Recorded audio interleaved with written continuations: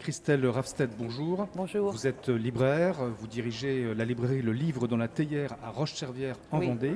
Vous êtes également présidente de l'association des librairies indépendantes de la région Pays de la Loire. Merci de répondre aux questions de Culture Link dans le cadre de ce forum Entreprendre dans la culture en Pays de la Loire. On parle justement d'entrepreneuriat culturel. Quel lien vous faites entre la filière du livre et des libraires avec l'entrepreneuriat culturel ? Je pense que la librairie est quand même un des acteurs majeurs de l'entreprise culturelle parce que nous sommes des commerces, c'est-à-dire qu'on fonctionne complètement dans le domaine économique avec de l'achat à vente, mais en même temps on vend un produit très particulier qui est un produit culturel et qui lui sort du domaine du marché courant, puisque vous savez que le livre est protégé par la loi de 81 et qu'on est en prix unique. Donc d'un côté, on est des entreprises, alors avec vraiment des problèmes d'entreprise, mais on est également sur un produit culturel qui a donc une filière particulière. Comment la filière résiste-t-elle dans le contexte actuel de crise sanitaire et économique ?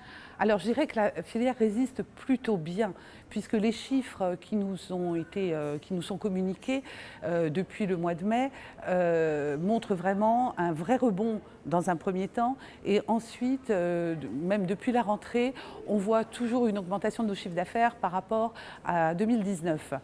Toutefois, on est en grande période de fragilité parce que les 2 mois de fermeture ne se rattraperont pas. On sait aussi que le commerce de la librairie indépendante, de par son organisation, est structurellement fragile parce que nous avons des marges très très basses, ce qui fait que nous avons très peu de capacité de rebond. Toutefois, je dirais que par rapport à une filière culturelle générale qui est vraiment en grande souffrance, les auteurs, les acteurs, les éditeurs, tout ce qui est bien sûr aussi spectacle vivant, eux n'ont plus du tout de public. Nous, on est encore un domaine où les gens peuvent venir dans les librairies, acheter des livres. Donc je dirais, soyons optimistes, plutôt contents, mais en même temps très très prudents. Quel regard portez-vous sur la chaîne du livre dans le contexte actuel ? Alors, la chaîne du livre dans le contexte actuel, il faut savoir que la librairie indépendante a été définie par Antoine Gallimard au nom des éditeurs comme le poumon économique de la librairie de la chaîne du livre. Effectivement, on a un très très très très gros rôle dans le maintien de cette chaîne du livre, dans son maintien économique, mais aussi dans son maintien culturel. Parce que libraire indépendant, ça veut dire défenseur de la diversité culturelle. Et c'est ça qui est en jeu actuellement. C'est en jeu tout le temps. Mais là, actuellement, avec la crise sanitaire qu'on vit, c'est vrai qu'on pourrait être dans une situation où cette diversité culturelle va s'amoindrir et peut-être disparaître. Comment envisagez-vous un retour à la normale ? Alors aujourd'hui, c'est un petit peu difficile vu qu'on attend des annonces qui nous parlent plutôt de durcissement que d'élargissement. Comment on envisage ?